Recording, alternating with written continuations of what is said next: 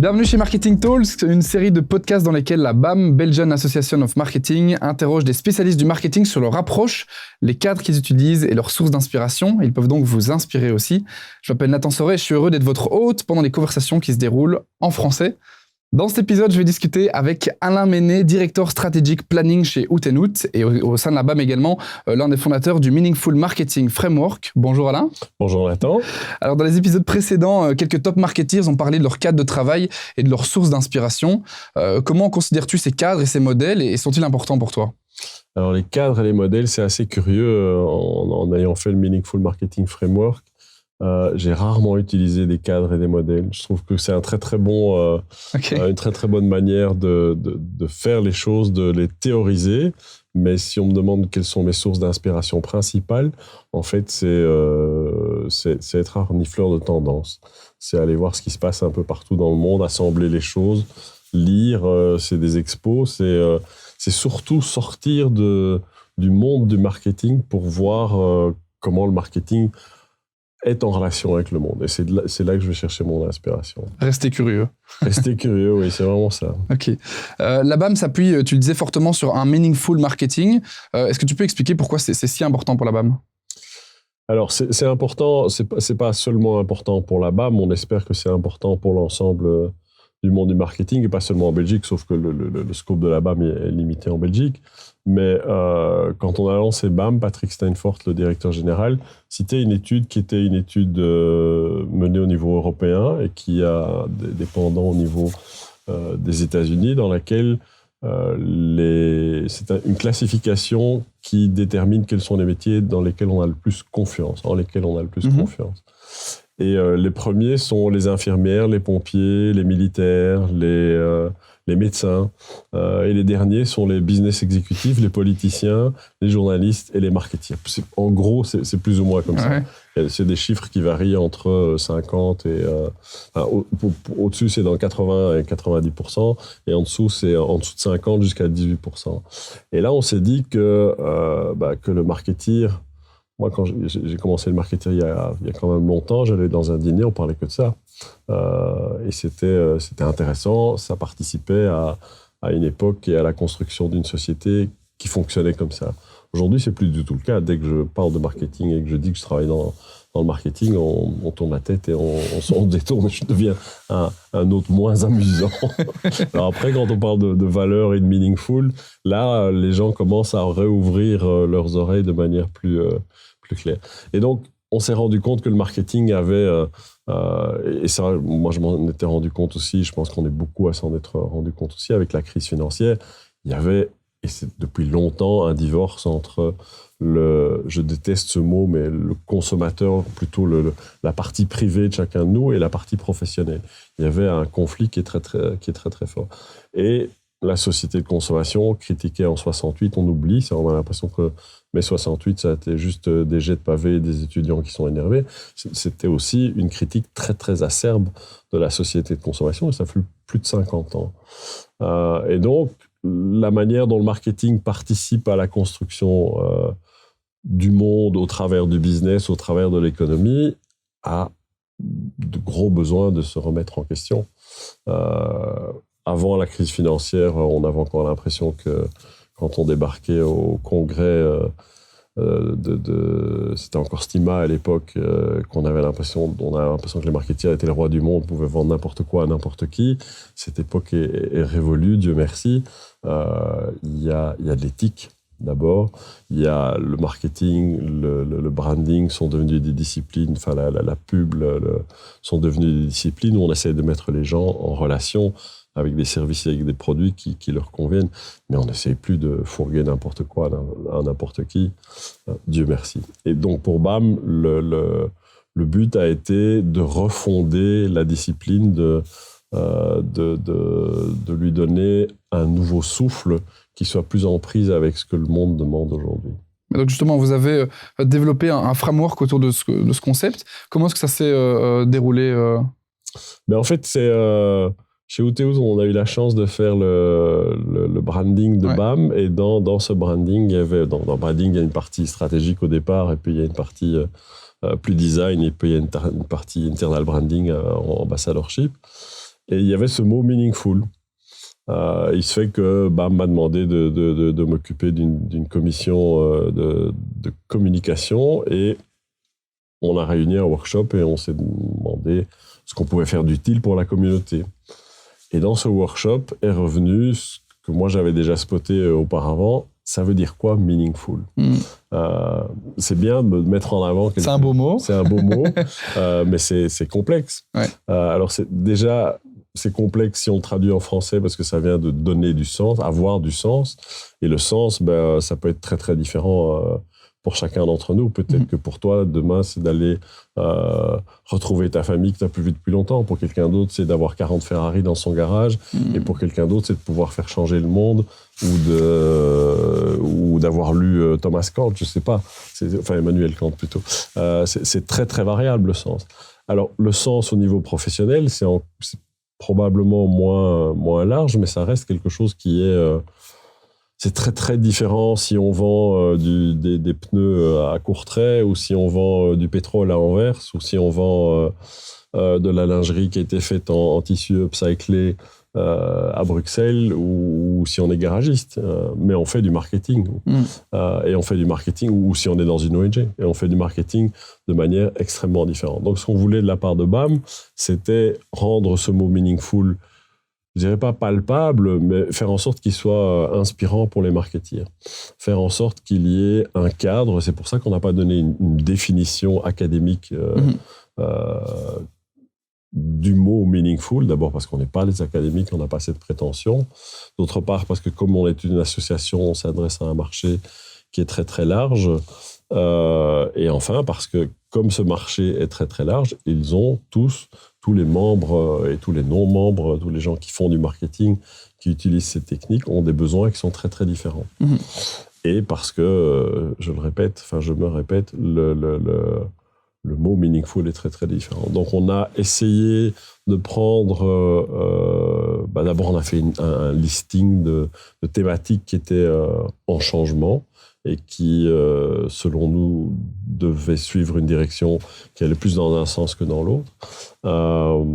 Et on a organisé ça en ce qu'on a appelé un framework, donc un cadre. Mais c'est un cadre qui est mouvant, dans lequel on peut entrer par chacune des 6 dimensions. Et c'est un cadre qui repose donc sur 6 piliers. Oui. Est-ce que tu peux peut-être les expliquer en quelques mots et donner l'exemple d'une marque qui a porté son attention sur ces points? Tout à fait. Alors, je vais essayer en tout cas parce que j'en oublie toujours un ou deux. Je suis très mauvais pour ça.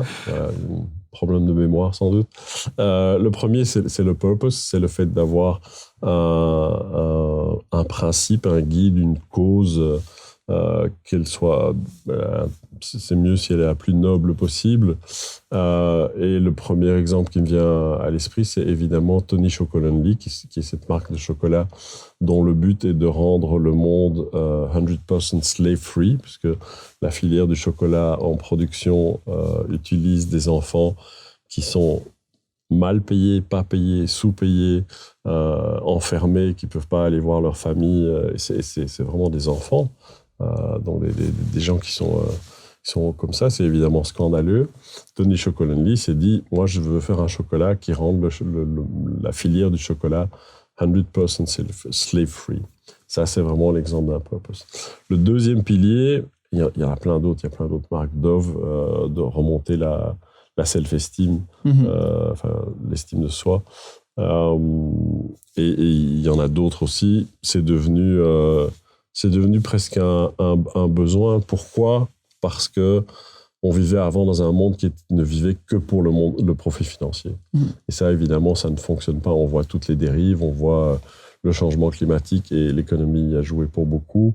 On voit la crise écologique, on voit les gilets jaunes, il y a énormément de choses qui dérivent d'un système dans lequel le profit financier uniquement, c'est pas un bon indicateur. Ça ne veut pas dire qu'il ne faut pas faire de profit.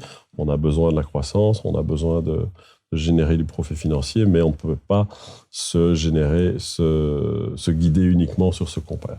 Deuxième pilier, holistique, c'est le fait d'utiliser le purpose et de générer le purpose, de le faire vivre au-delà de sa simple organisation ou pire, de son simple département marketing, de l'encadrer en grand sur un mur à la réception et de se dire waouh, on a un purpose, c'est génial. Non, il faut aller plus loin, c'est évidemment beaucoup mieux et Tony Chocolonely fait ça très bien puisque lui a éduqué je ne sais pas quel pourcentage exact, mais il est en train d'éduquer ses concurrents à faire en sorte que son purpose devienne le leur aussi. Et donc à travailler sur toute la filière. Ok. Le troisième pilier s'appelle Shared Value, valeur partagée, qui est directement inspiré de la théorie de Michael Porter, qui est prof de stratégie à Harvard, et qui dit quoi ? Qui dit qu'en fait, le profit financier ne suffit pas, qu'on a longtemps, il disait ça déjà en 2010, qu'on a longtemps travaillé sur le Corporate Social Responsibility, mais qu'en fait, on s'était mis dans une situation dans laquelle on avait quelqu'un qui était dans l'immobilier à New York, qui construisait des grandes tours, et qui pour se racheter, entre guillemets, de polluer ou d'utiliser ou de générer énormément de déchets, plantait des arbres au Bénin. Alors c'est très bien pour le Bénin, c'est très bien pour les arbres et pour la faune et la flore, mais évidemment à New York, les dégâts étaient toujours là. Et ce que Porter dit, c'est d'abord on était arrivé, c'était en 2010, et maintenant ça commence à aller, mais on sent encore beaucoup de stigmates de cette manière de penser. Le business, ça va être de moins en moins de légitimité. Le business proche du politique avait encore moins de légitimité. Tous les lobbies qui sont derrière étaient extrêmement critiqués, parfois à tort, parfois à raison. Ça, c'est un autre débat. Et l'idée de Porter est de dire, plutôt que de faire du CSR à côté du business, utilisons plutôt la force de l'économie pour solutionner les problèmes sociétaux, pour apporter des réalisations. Et là, de nouveau, Tony Chocolonely, ça ne les empêche pas de faire du profit, mais ils font aussi un profit sociétal. On a travaillé chez Outeout pour une start-up qui s'appelle Biodiversity, dont le but est de régénérer la biodiversité. Évidemment, ils font du profit, mais en attendant, leur but premier, c'est de régénérer la biodiversité. Ils ont des programmes, ils ont fait ça pour Spadel, ils ont fait ça pour la commune de Knock à l'époque et plein d'autres programmes. Et ça, c'est vraiment le modèle de la valeur partagée. Le quatrième pilier, merci de m'aider, c'est la collaboration. Et la collaboration, c'est le fait de travailler en co-élaboration ou en co-création. Un exemple assez simple et qui est assez connu, c'est Lay's à l'époque qui avait demandé à ses clients d'aider à inventer les chips dont ils avaient envie. Alors, la co-création et la collaboration, ça peut être travaillé aussi avec ses concurrents, ça peut être travaillé avec son écosystème d'une manière ou d'une autre, mais le but est effectivement d'aller plus loin. Le pilier suivant, c'est personal. Personal, c'est l'idée d'utiliser la technologie et les data, et Dieu sait qu'on est dans un monde de techno-fascination. Alors, on n'est pas dans une data-fascination ou une intelligence artificielle fascination, mais quand même, et on sent que c'est en train de virer. Mais à quoi ça sert si ce n'est pas au service de l'humanité ? Et donc, le but de ce pilier est de dire, utilisons les données, utilisons la technologie, mais pour délivrer une expérience client ou un produit ou un service qui soit propre. Et là, il y a des exemples qui sont assez controversés. Je pense particulièrement à quand on voit la mission de cette boîte, c'est We want to be the most customer-centric organization on Earth. Déjà, dire qu'on veut être la plus customer-centric sur Terre, ça me pose une difficulté de... C'est bien d'avoir des leaders, de vous voir comme ça, être les leaders dans le customer-centric, ça pose des questions. Et puis après, dans la suite du texte, il est écrit « We Amazonians », et donc on parle d'Amazon. Amazon, c'est le modèle controversé par excellence. C'est un excellent modèle sur le plan d'utilisation de la technologie pour délivrer une seamless experience. En 48 heures, on a le bouquin, la biographie de Diana qui a été publiée dans les années 90 et qu'on retrouve nulle part ailleurs, qu'on trouve à $5. Paf, on l'a chez soi. Le bouquin sur le fashion designer ou sur n'importe quel sujet. Et là, je parle de bouquins parce que moi, je suis bouquin, mais il y a plein d'autres choses. 48 heures, c'est chez soi, c'est nickel. Ils veulent utiliser des drones, ça se fait avec une empreinte CO2 qui est quasiment neutre.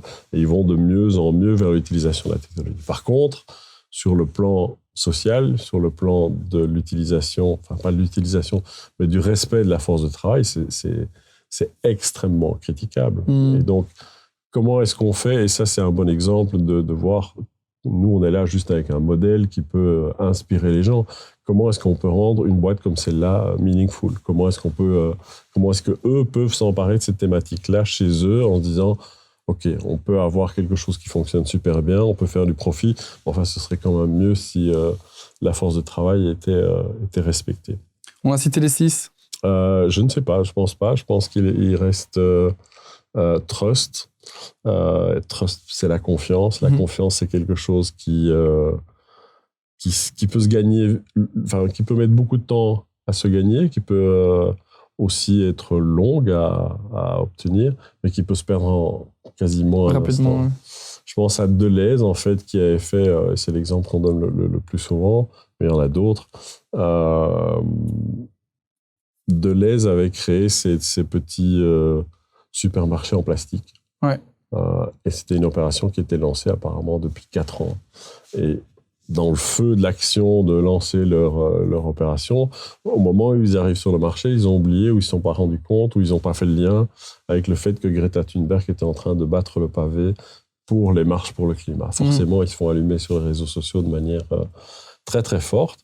Et ils ont eu l'intelligence et l'humilité de dire « Désolé les gars, on s'est trompé. On s'est un peu trop emballé. » Ils l'ont tourné de manière assez maligne aussi sur le plan créatif. Ils ont reconnu leurs erreurs et ils ont dit « Voilà, on va rectifier le tir. » C'est comme ça qu'on gère et qu'on gagne la confiance et qu'on garde la confiance. C'est en étant le plus authentique possible et en admettant ses erreurs. Et je pense que ça, c'est devenu, si pas la règle numéro 1, une règle à observer tout le temps. Tu viens d'expliquer ce framework avec différents exemples, mais est-ce que tu peux peut-être expliquer comment l'utiliser dans son entreprise, en fait, pour les personnes qui nous écoutent, ce framework? Oui, alors, ça paraît... on a eu tout. On a présenté ce framework dans différents... on sort plus ou moins du Covid, espérons que ça dure. On a présenté ça beaucoup en conférence, en webinar, en digital, et les questions qu'on a eues étaient des questions qui allaient vraiment dans ce sens-là. C'est qu'est-ce qu'on fait?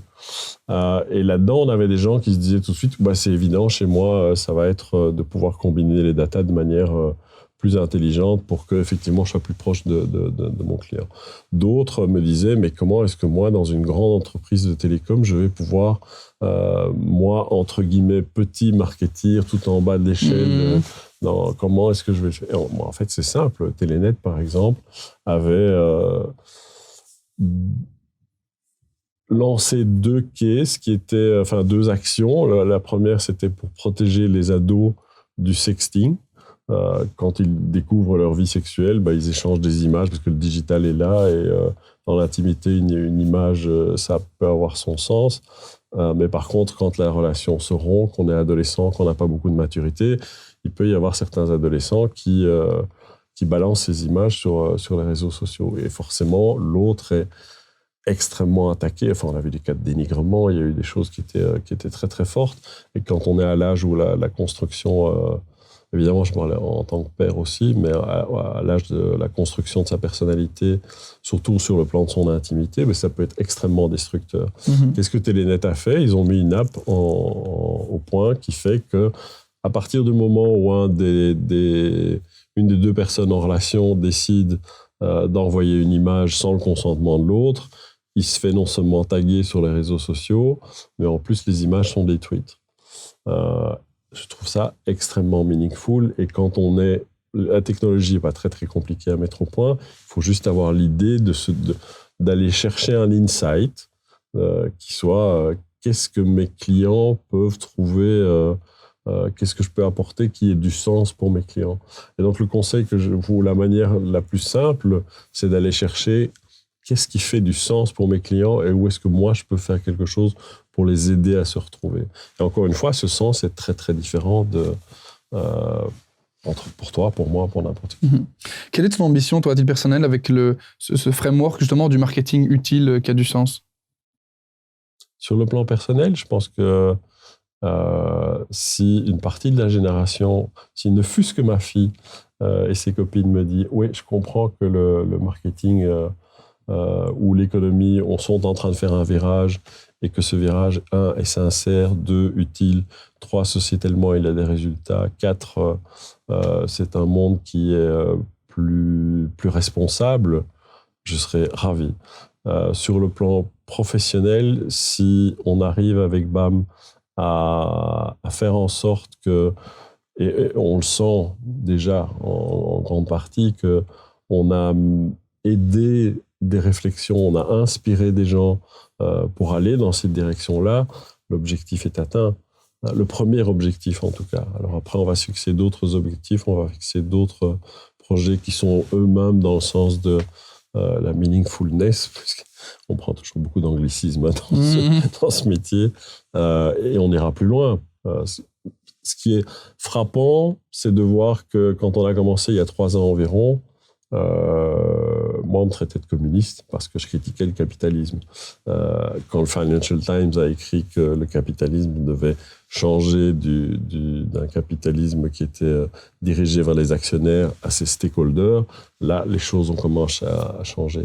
Et donc, le chemin s'est fait en même temps que nous avons créé ce Meaningful Marketing Framework, mais il est loin d'être fini. Il y a encore beaucoup de choses à faire. De manière plus large et un peu plus philosophique, quel est, selon toi, le rôle des marques aujourd'hui ? Je pense que le rôle des marques, c'est d'abord de mettre en relation des personnes et pas des consommateurs. Je déteste ce mot. Un consommateur, c'est comme quand on va chez le boucher et qu'on voit un bœuf qui est dessiné avec là, c'est la côte, là, c'est le jarret. J'ai jamais vu la partie de moi ou la tienne ou chez n'importe qui était le consommateur. C'est quoi? C'est un bout de portefeuille, un bout de cerveau, c'est un réflexe. Donc je dirais plutôt ses clients, mais c'est aider ses clients. J'ai oublié la question. Quel est le rôle en fait des marques aujourd'hui? C'est de mettre en rapport des personnes avec des services et des produits et de faire en sorte que d'abord dans la compréhension de ce que ces personnes ont comme besoin, de voir comment on peut leur apporter quelque chose. Et puis quand je dis mise en relation, ça veut dire on ne va pas utiliser les techniques agressives avant on appelait ça du carpet bombing, c'était comme Nixon faisait au Vietnam, donc il prenait 1000 mètres carrés sur 1000 mètres carrés, il lâchait autant de bombes en telle sorte qu'il y en avait partout. La pub a fonctionné comme ça pendant longtemps. Et ça n'est plus du tout meaningful et c'est même extrêmement envahissant. Les gens ont envie de pouvoir choisir ce qui leur vient. Donc la mise en relation, elle doit être subtile, elle doit être intelligente, elle doit être basée sur des insights et ensuite elle doit, comme toutes les relations, ça se construit. C'est pas quelque chose qui fait clac, paf, et hop, t'achètes. Ça n'a plus de sens. Donc pour moi, le rôle des marques, c'est ça. Et dans cette mise en relation, c'est de porter les valeurs qu'elle a, de porter son positionnement, de porter son envie, je dirais son envie d'aider quelque part, parce que vendre aujourd'hui, c'est plus je vais plus venir te voler ton portefeuille quelque part ou une partie de ton pouvoir d'achat pour vite te donner quelque chose dont tu n'auras pas grand-chose à faire. Ce qui est intéressant, c'est de savoir ce dont tu as besoin et d'essayer d'avoir une transaction qui fasse que oui, tu vas être d'accord de consacrer une partie de ton budget pour quelque chose dont tu penseras que ce soit utile pour toi. On rentre sur un sujet qui te concerne un peu plus. À quoi sert le branding aujourd'hui pour ces marques, justement ? Justement, le branding, c'est... alors, il y a plusieurs tendances qui sont à l'œuvre là-dedans. On a eu nos logos, ça date de 1996, c'est Naomi Klein qui a expliqué ça, ça s'appelait la tyrannie des marques.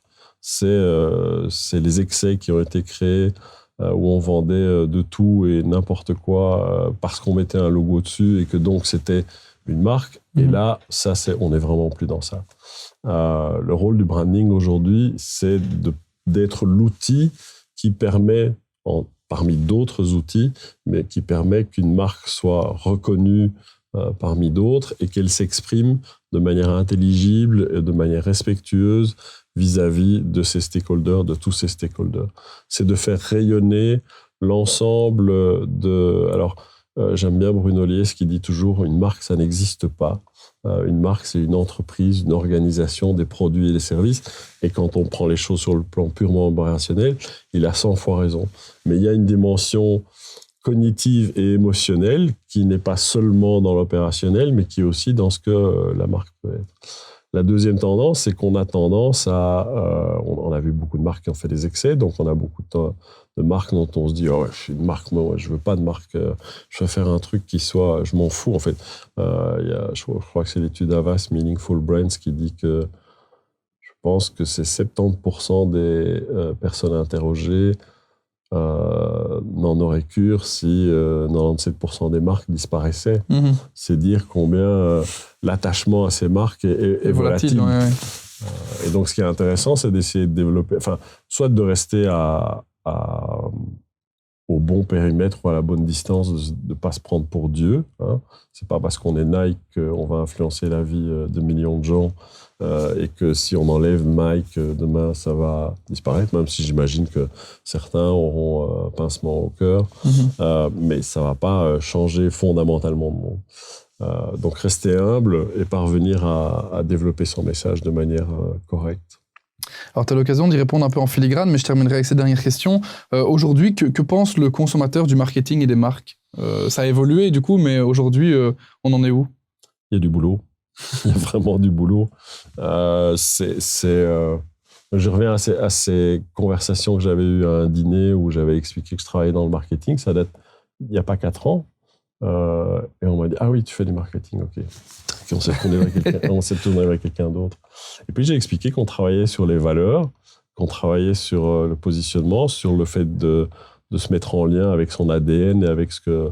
J'aime bien cette histoire on avait travaillé pour Deleuze à l'époque et ils ne comprenaient pas pourquoi ils faisaient chaque fois, à chaque période de fête de fin d'année, ils avaient une campagne qui disait « Pour avoir de bonnes fêtes, il faut un petit peu de homard, un petit peu de caviar, un petit peu de champagne. » Je caricature à l'extrême, mais il y avait ce ton un peu didactique et professoral. Et ça les embêtait. Et puis on a été voir dans leur ADN, c'était une des rares entreprises qui avait encore un service d'archives qui remontait jusqu'à très longtemps, créé en 1867 par 3 professeurs qui venaient de l'enseignement.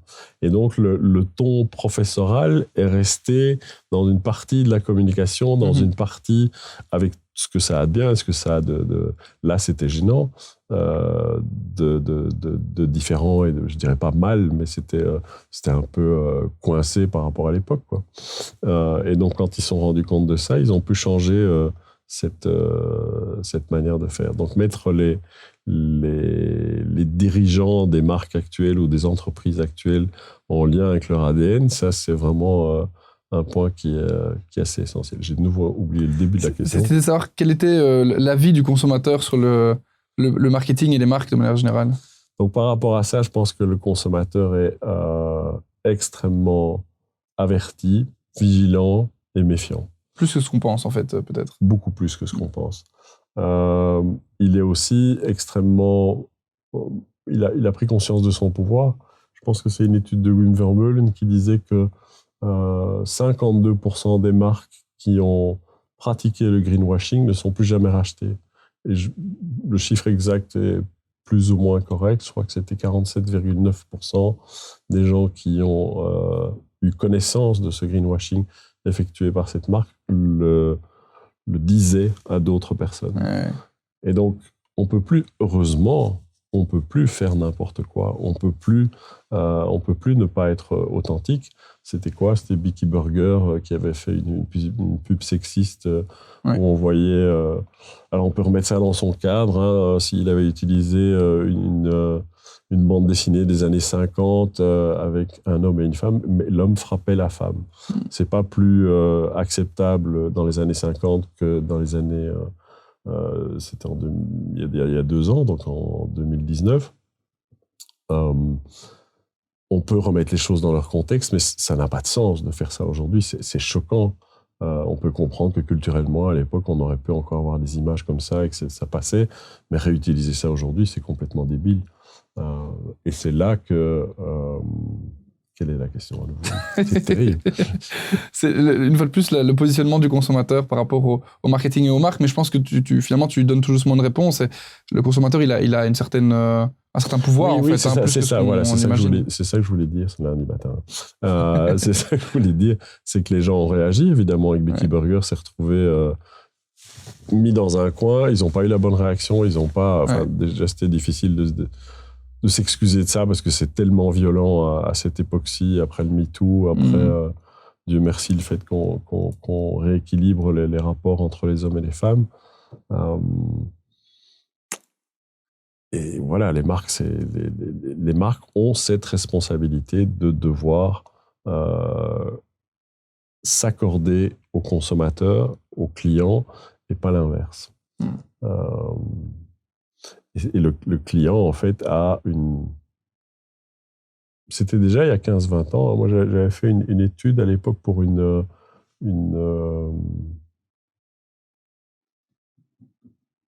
émission de télé qui était animée par Fabienne Van der Merch, qui s'appelait Actuel.